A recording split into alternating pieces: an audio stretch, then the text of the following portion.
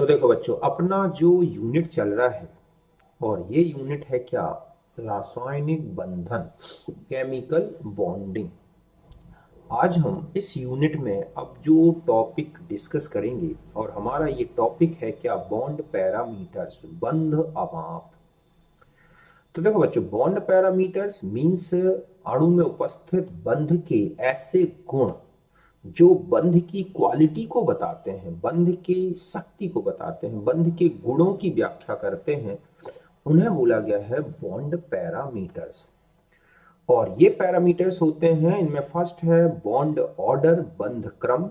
दूसरा आएगा बंध लंबाई, बॉन्ड लेंथ। तीसरा है बॉन्ड एनर्जी, बंध ऊर्जा। और एक होता है बॉन्ड एंगल, बंध कोण। ओके, तो एक एक करके हम इनको डिस्कस करेंगे। सबसे पहले हम आते हैं बॉन्ड ऑर्डर, बंध क्रम। तो देखो, बंध क्रम मतलब अणु में उपस्थित दो परमाणुओं के मध्य बंधों की संख्या को बंध क्रम बोलते हैं। बात समझ गए ना? कि अणु में दो परमाणु जो आपस में जुड़े हुए हैं, तो इन बंधित परमाणुओं के बीच में जो बंधों की संख्या है, समझ गए ना, उसे हम बोलते हैं बंध क्रम। बंध बहुलता इसी को बोला गया है। जैसे कार्बन और कार्बन एकल बंध से जुड़े हैं तो हम बोलेंगे इसका बंध क्रम एक है। द्विबंध से जुड़े हैं डबल बॉन्ड से तो हम बोलेंगे बंध क्रम दो है। ट्रिपल बॉन्ड से जुड़े हैं तो हम बोलेंगे बंध क्रम तीन है। बात समझ गए ना? कि अणु में उपस्थित दो परमाणुओं के मध्य बंधों की संख्या को ही यहां पर क्या बोला गया बच्चों? बंध क्रम। ओके, इसी को बंध बहुलता बोलते हैं। एकल बंध दिख रहा है तो हम कहेंगे बंध क्रम एक है। डबल बॉन्ड दिख रहा है तो हम बोलेंगे बंध क्रम दो है। ट्रिपल बॉन्ड दिख रहा है तो बंध क्रम तीन लिखा जाएगा। ठीक है, अब हम आ जाते हैं बंध क्रम कैसे निर्धारित करें। तो देखो, बंध क्रम निकालने के लिए आपको अणु बताए जाएंगे। जैसे द्विपरमाणविक अणु हो, ठीक है, डाई एटॉमिक मॉलिक्यूल। अब देखो, डाई एटॉमिक मॉलिक्यूल चाहे होमो एटॉमिक हो, मतलब दोनों परमाणु जो हैं एक ही तत्व के हों, या फिर हेट्रो एटॉमिक हो, विषम परमाणविक हो, है ना, कोई भी द्विपरमाणविक अणु है तो बंध क्रम निकालना है तो आपको करना क्या है? दोनों बंधित परमाणुओं के अयुग्मित इलेक्ट्रॉन की संख्या जोड़ लेनी है और फिर उसे 2 से डिवाइड कर देना है। बात क्लियर है? कि दोनों परमाणुओं के जो है अयुग्मित इलेक्ट्रॉनों की संख्या, जो कि संयोजी कोष में जब आप इलेक्ट्रॉनिक विन्यास लिखोगे तो उसके संयोजी कोष में जितने कक्षक हैं उनमें जो अनपेयर्ड इलेक्ट्रॉन्स हैं उनको जोड़ना है और उसे 2 से डिवाइड कर देना है। तब निकलेगा द्विपरमाणविक अणु में बंध क्रम। अब चाहे वो समपरमाणविक हो या विषम। और अगर बहुपरमाणविक अणु है, ठीक है, मल्टी एटॉमिक मॉलिक्यूल, तब आपको बंध क्रम निकालना है। इसकी जरूरत हमें मेनली संक उसमें आती है, अनुनाद में, अनुनादी रूपों में जो अनुनाद संकर बनता है उसमें बंध क्रम निकालना होता है। तो ये फॉर्मूला लगता है अणु के कुल बंधों की संख्या, ठीक है, जो अनुनाद में भाग लेती है, मतलब है अनुनाद में भाग लेती है। और नॉर्मली नहीं बन रहा अनुनाद तो आप केवल अणु के बंधों की संख्या देख लो और फिर उसको सिग्मा बंध की संख्या से डिवाइड कर दो, तो निकलाएगा बहुपरमाणविक अणु का बंध क्रम। अब देखो एग्जांपल से समझते हैं। जैसे हमें O2 का बंध क्रम निकालना है तो हमें ये द्विपरमाणविक अणु है ये, तो हम दोनों O में इलेक्ट्रॉनिक कॉन्फ़िगरेशन जब लिखेंगे तो लास्ट में आपको दिखेगा 2p4 2p4। क्योंकि 2p4 है तो p में जब 4 इलेक्ट्रॉन भरोगे तो दो अनपेयर्ड रहेंगे, तो इस तरह से पर ऑक्सीजन में जो अनपेयर्ड इलेक्ट्रॉन्स है वो है दो। तो दोनों के अनपेयर्ड इलेक्ट्रॉन आपने जोड़ दिए, हो गए 4 और 2 से डिवाइड किया तो आपके पास आ गया 2। इसका मतलब है दोनों ऑक्सीजन परमाणुओं के बीच में द्विबंध उपस्थित है, मींस इसका बंध क्रम हुआ क्या? 2। बात क्लियर है? ठीक इसी तरह से नाइट्रोजन में निकालें तो नाइट्रोजन में 2p3 आएगा, इस तरह से 2p3। दोनों में अनपेयर्ड इलेक्ट्रॉन 3 3 है, तो बॉन्ड ऑर्डर निकालोगे तो ये आएगा 3। इस तरह से दोनों नाइट्रोजन परमाणुओं के बीच में एक ट्रिपल बॉन्ड रहेगा। बात क्लियर है? तो इस तरह से N2 का बंध क्रम आ गया क्या? 3। ये समझ गए ना 2p3 कहां से आ गया? तो आप नाइट्रोजन का कॉन्फ़िगरेशन लिखो, आपको पता चलेगा अंतिम कोष में 3 3 अनपेयर्ड इलेक्ट्रॉन है। F2 में आ जाए तो F9 2p5 2p5 दोनों में एक एक अनपेयर्ड इलेक्ट्रॉन निकलेंगे। तो फ्लोरीन का जो बॉन्ड ऑर्डर होगा 1, मतलब दोनों फ्लोरीन एटम एक दूसरे से सिंगल बॉन्ड से जुड़े हैं, जबकि नाइट्रोजन ट्रिपल बॉन्ड से जुड़ा है, ऑक्सीजन डबल बॉन्ड से जुड़ा है। अब मान लो कोई आयन आ गया, डाई एटॉमिक आयन, जैसे N2 माइनस, तो आप एक माइनस लगा है तो माइनस बढ़ा दें। मतलब इस तरह से नाइट्रोजन में एक माइनस बढ़ाओगे तो 2p3 की जगह हो जाएगा 2p4। अनपेयर्ड इलेक्ट्रॉन होंगे 2, और एक नाइट्रोजन को न्यूट्रल रखो तो रहेगा 2p3। टोटल अनपेयर्ड इलेक्ट्रॉन आप देख रहे हैं 5 हो गए, p4 में 2, p3 में 3। तो बॉन्ड ऑर्डर आ गया 2.5। ओके, N2 प्लस में निकालना है तो N प्लस का और N2 प्लस का मतलब एक इलेक्ट्रॉन कम कर दो, तो 2p3 था अब हो गया 2p2, और यहां है 2p3। दोनों के अनपेयर्ड इलेक्ट्रॉन जोड़ दिए, कुल मिला के आ गया 2.5 बॉन्ड ऑर्डर।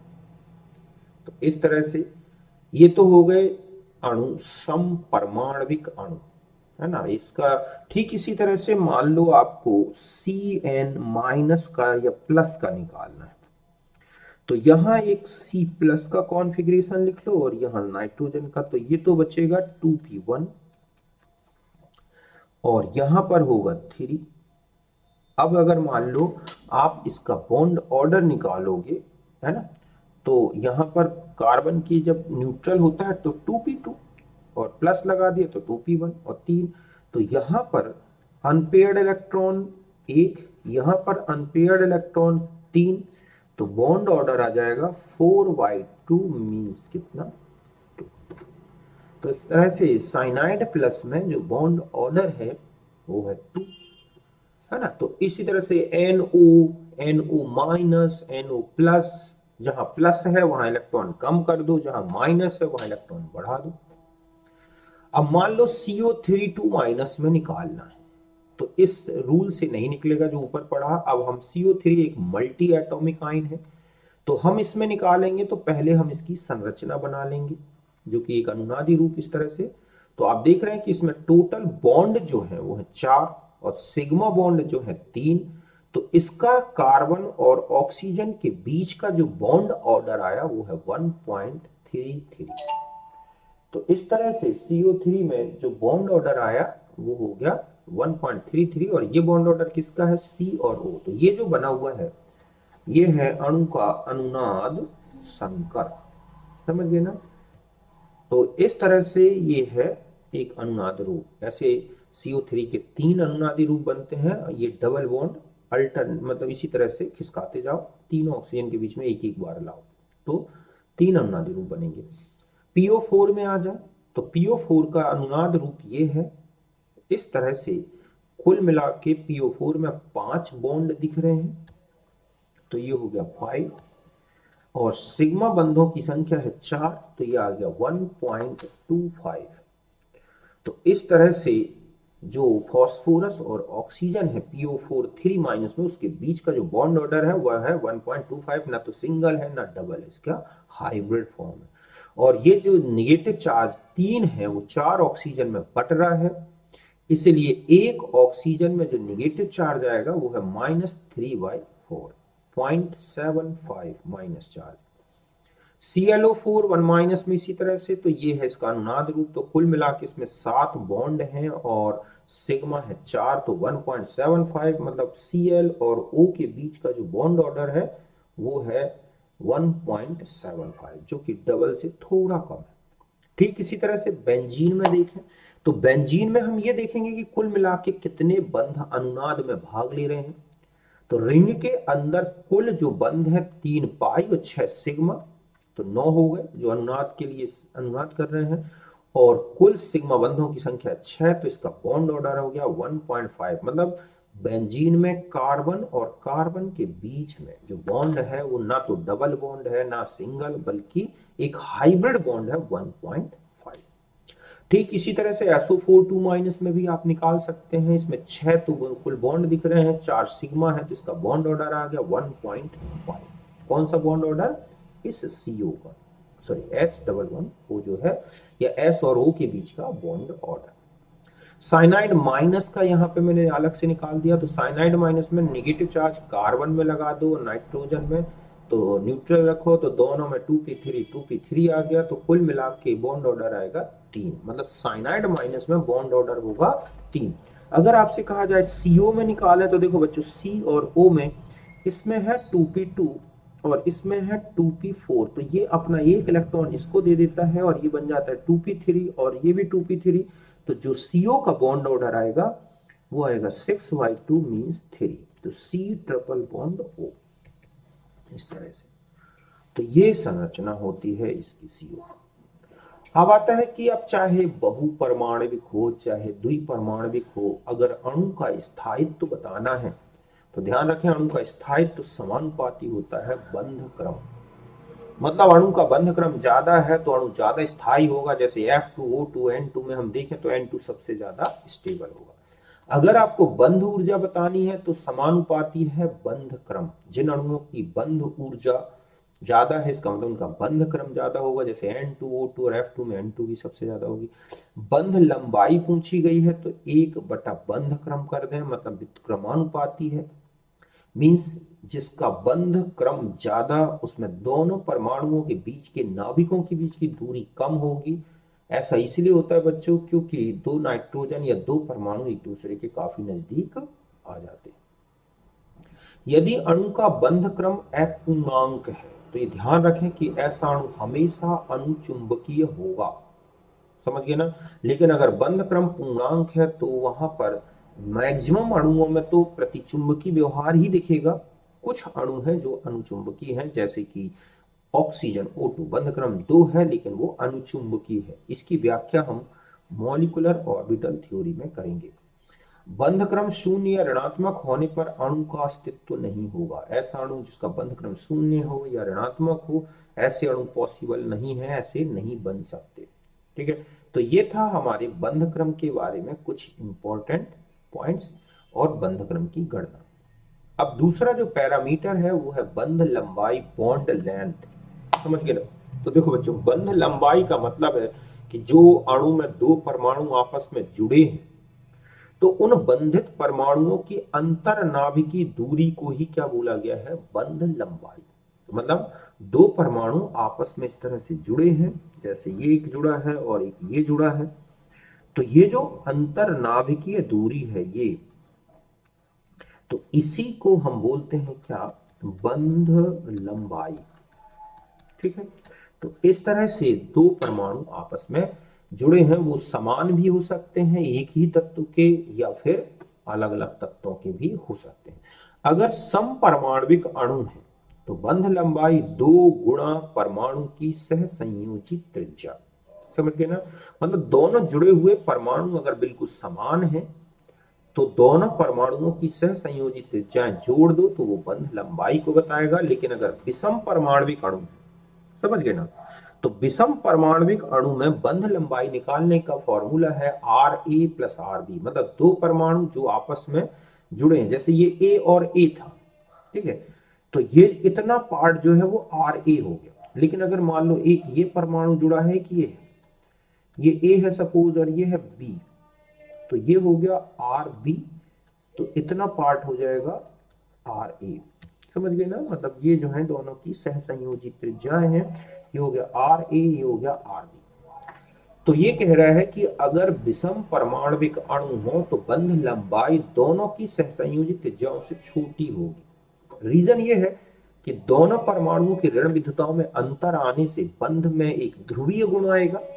मतलब एक परमाणु में आंशिक धनावेश और एक में आंशिक ऋणावेश आएगा, तो विपरीत आवेश जब एडजेसेंट पोजीशन में होगा, निकटतम स्थिति में होगा, तो ऐसे में क्या होगा? दोनों में एक आकर्षण भी काम करने लगेगा और आकर्षण कम करेगा तो बंध लंबाई थोड़ा सी कम हो जाती है। इसलिए विषम परमाणविक अणु में अगर हमें बंध लंबाई निकालनी है तो ये फॉर्मूला लगेगा R A plus R B minus 0.09 X A minus X B, जहां x एक ऋण विद्युता है और यहाँ पर ये difference x A minus X B का जो हमें डिफरेंस लेना है वो मतलब धनात्मक हो, मीन्स एक्स ए की जगह ज्यादा ऋण विद्युता रखनी है और एक्स बी की जगह कम ऋण विद्युता। आर ए और आर बी, आर ए मतलब ए परमाणु की सहसंयोजी त्रिज्या है, आर बी बी परमाणु की सहसंयोजी त्रिज्या है। तो इस तरह से निकालते हैं, बात समझ गए ना। अब जैसे हमें दे रखा है कार्बन की जो सहसंयोजी त्रिज्या है वो है 0.77 एंगस्ट्रॉम, तो पूछा जाए कि जो कार्बन की बंध लंबाई क्या होगी, तो आप लिखेंगे आर सी प्लस क्या आर सी मीन्स 0.77 प्लस 0.77, तो ये आएगा 1.54 एंगस्ट्रॉम। बात क्लियर है। ठीक इसी तरह से मान लो आपको लिखा है कि R H 0.37 angstrom, R C L 0.99 angstrom, R H 2.1 और आर सी एल 3.1। ठीक है, तो आपसे कहा जाए कि HCl की बॉन्ड लेंथ क्या होगी, तो आप यही लिखोगे ना कि R H C L equal to R H plus R C L minus 0.09 X C L minus X H, तो यहां रख दें 0.37 प्लस 0.99 माइनस 0.09 और यहां हो जाएगा 1, तो ये आएगी 1.27 एंगस्ट्रॉम के आसपास की है। तो इस तरह से हम समपरमाणविक हो या विषम परमाणविक अणु है, हम उनमें क्या निकाल सकते हैं, बंध लंबाई। अब आता है कि बंध लंबाई को प्रभावित करने वाले कारक कौन कौन से हैं। तो पहला है बंध क्रम, तो ध्यान रखें कि बॉन्ड ऑर्डर ज्यादा होगा तो दोनों नाभिकों के बीच में इलेक्ट्रॉन घनत्व तो ज्यादा होगा और ऐसे में दोनों परमाणु के नाभिक ज्यादा आकर्षित होंगे एक दूसरे के प्रति वो इलेक्ट्रॉन क्लाउड के कारण, और ऐसे में बंध लंबाई कम हो जाती है। तो बंध क्रम ज्यादा तो बंध लंबाई कम होगी, जैसे सी सिंगल बॉन्ड सी सबसे ज्यादा होगी, फिर डबल बॉन्ड की कम हो गई, फिर और ट्रिपल बॉन्ड में कम होगी। ऐसे चाहे वो सम परमाणविक हो या विषम परमाणविक, अगर उनके बीच में double bond triple bond single है तो डबल बॉन्ड की जो लेंथ है वो सिंगल से कम और ट्रिपल से ज्यादा होगी। अब चाहे वो विषम में हो या सम, मतलब अगर हम ये कहें कि एक लिखा है सी ट्रिपल बॉन्ड एन और एक सी ट्रिपल बॉन्ड सी, तो एक तो ये ध्यान रखें कि अगर परमाणु अलग अलग हैं तो ऋण विद्युताओं के अंतर आ जाने के कारण बंध लंबाई विषम परमाणविक बंध की छोटी होगी और सम परमाणविक में ज्यादा होगी। दूसरा है बंध का ध्रुवीय गुण, तो ध्यान रखें बंध में अभी मैंने आपको बताया कि अगर बंध में ध्रुवीय गुण ज्यादा है तो ऐसे में क्या होगा, जैसे आपने ए और बी जुड़े हैं, यहाँ पार्शियल पॉजिटिव चार्ज है ये है, तो इनके बीच में एक एक्स्ट्रा अट्रैक्शन लगेगा, ये अट्रैक्शन इस बंध लंबाई को छोटा कर देगा।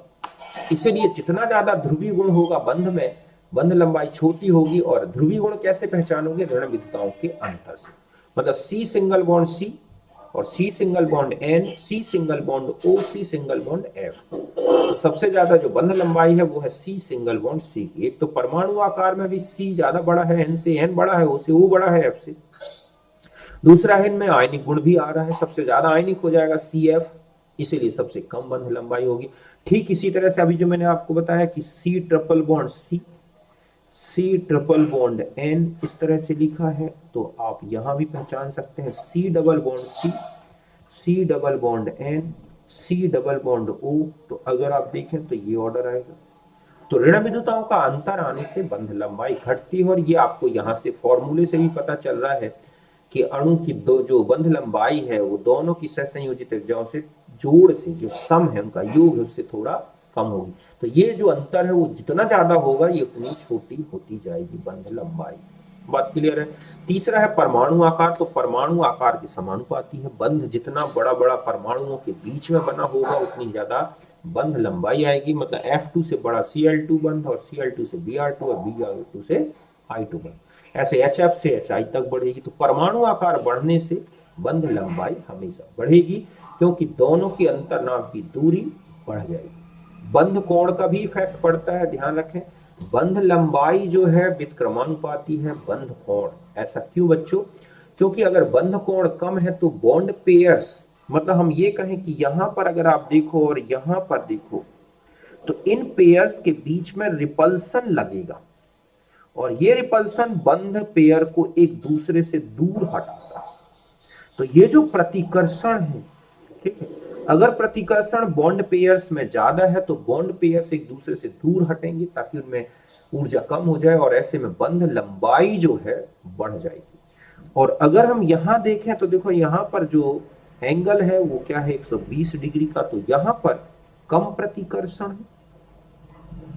और यही कारण है कि PCl5 में एक्सियल बॉन्ड की बॉन्ड लेंथ ज्यादा होती है 240 पिकोमीटर की, जबकि इक्वेटोरियल में देख रहे हैं आप यही 202 पिकोमीटर की है।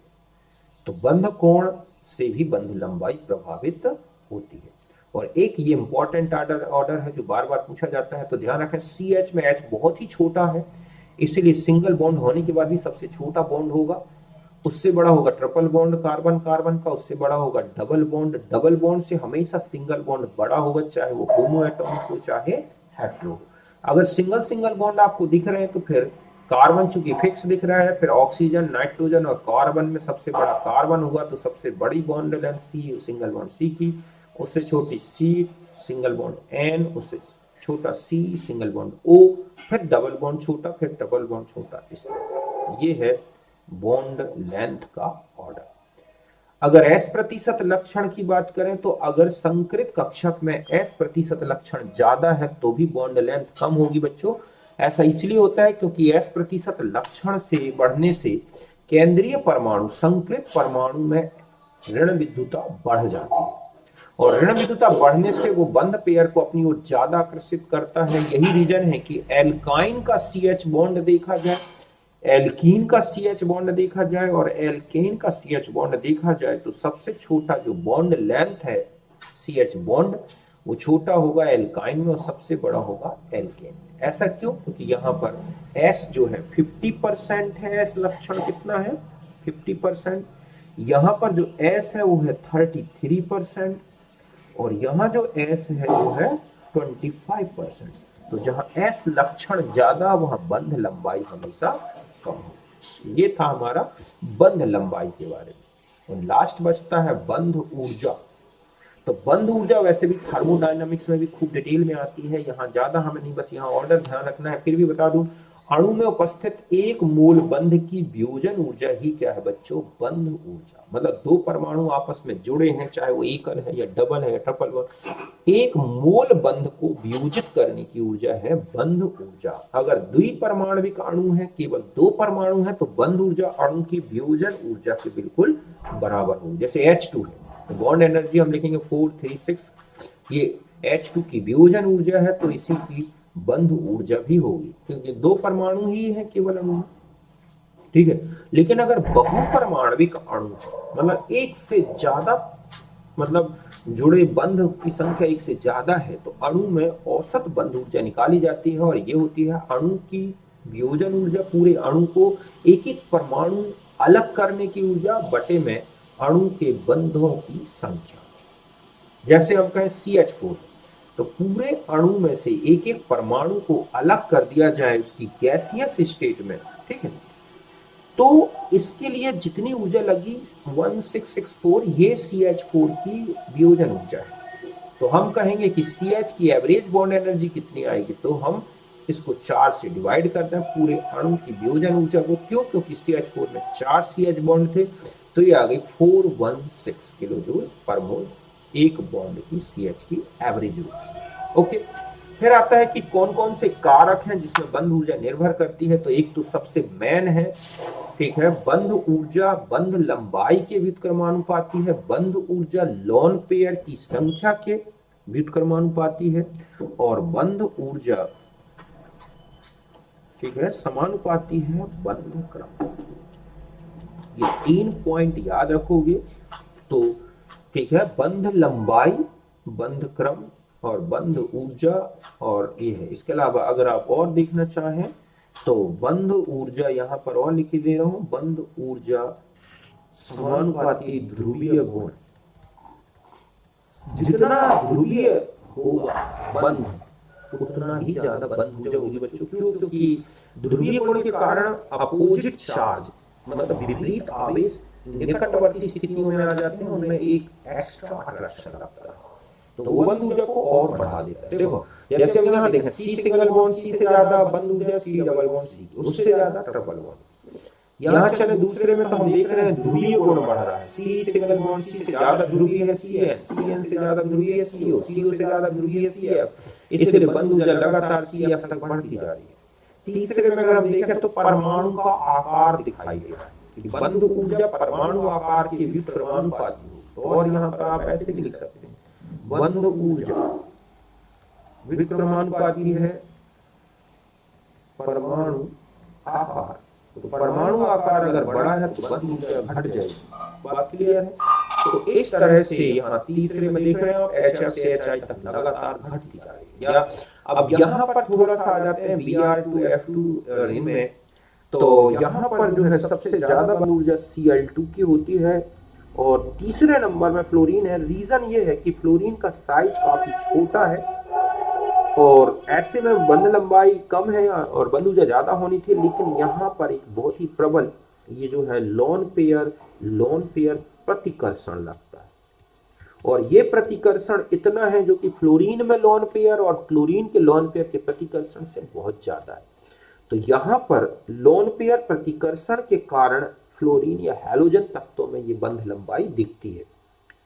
ठीक इसी तरह से लोन पेयर की प्रेजेंस में आप देख रहे हैं सी सिंगल बॉन्ड सी की ज्यादा है, फिर एन सिंगल बॉन्ड एन की कम हो गई है, जबकि नाइट्रोजन का आकार छोटा है, फिर भी बंध ऊर्जा कम होने का रीजन है कि लोन पेयर प्रतिकर्षण। मतलब हम सिंगल बॉन्ड लें एन और एन के बीच में, ओ और ओ के बीच में, एफ और एफ के बीच में, तो इस तरह से लोन पेयर की प्रतिकर्षण से भी बंध ऊर्जा घट जाती है। तो ये कुछ इंपॉर्टेंट ऑर्डर हैं बंध ऊर्जा के।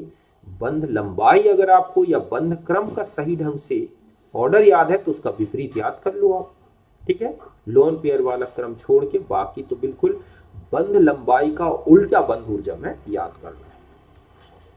अब रहा बॉन्ड ऑर्डर, तो देखो बच्चों सॉरी बॉन्ड एंगल, एक पैरामीटर और होता है बॉन्ड एंगल।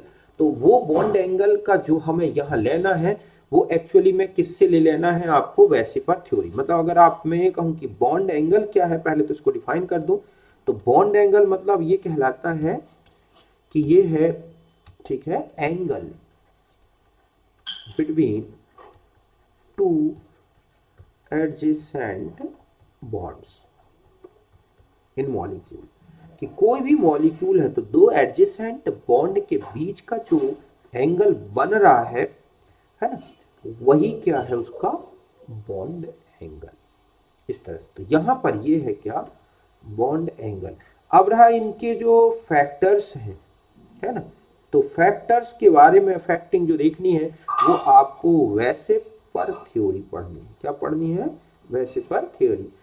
उसमें आपको पूरा डिटेल में दे रखा है जो मैंने आपको पढ़ा दिया है कि जो बॉन्ड एंगल है उसकी जो वैल्यू है वो संकरण पे निर्भर करती है, लोन पेयर की प्रेजेंस पे निर्भर करती है, लोन पेयर के अलावा सेंट्रल एटम की इलेक्ट्रोनेगेटिविटी पे डिपेंड करती है। तो ये सारे फैक्टर्स आपको मैंने वहां बताए हैं वैसे पर थ्योरी में, वही बॉन्ड एंगल के फैक्टर्स हैं।